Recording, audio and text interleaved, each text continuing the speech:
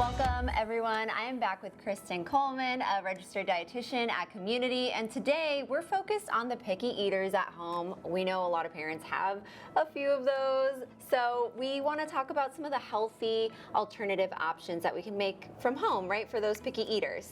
Right, we want to try to use food from home whenever we can with picky eaters, and we want to expose them to everything. For me, I always think it's super important to make it fun for kids, right? So that's why we did like the pinwheel peanut butter and jelly sandwiches.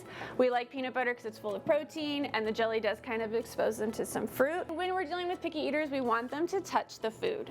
So the more exposure they have with touching and play, the more likely they are to eat it. Okay. Which is another reason why I like pasta dishes, right? So pasta's fun. Most kids like pasta because it's that carb-based meal, and kids love carbs. They had the kitchen make up a pesto type dish, which they actually hid some spinach in. Right, so if you want your kid to eat some of those greens and they like, pasta, you could do that. It does have the basil and the garlic, but when you're making things at home, you can control how much of that you're putting in there, right? So if nobody in your family likes garlic, you can just leave that out and just do the spinach and the basil, right? We have a hidden vegetable mac and cheese. As you can see, your kid would never know that that is filled with cauliflower. Never. I had no idea.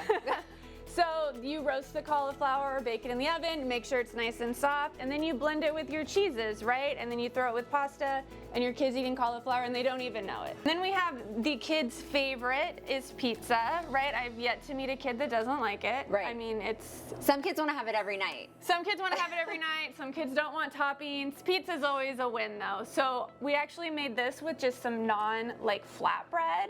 And then in the sauce, what he did is he actually blended some carrots and some zucchini in with the pizza sauce, spread it on, and then covered it in cheese so the kids don't even know it's in there. They would never know. Never, ever know, yes.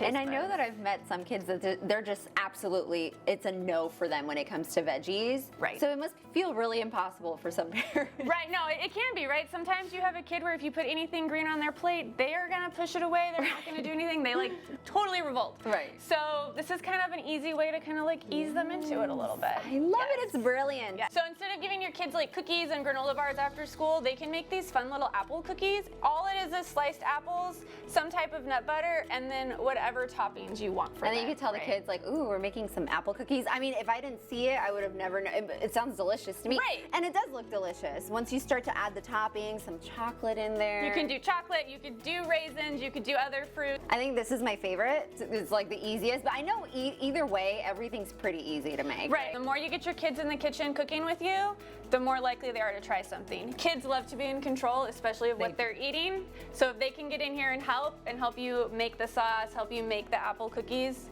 they're gonna love it. I love it. Well, thank you so much, Kristen. Thank you. Appreciate it.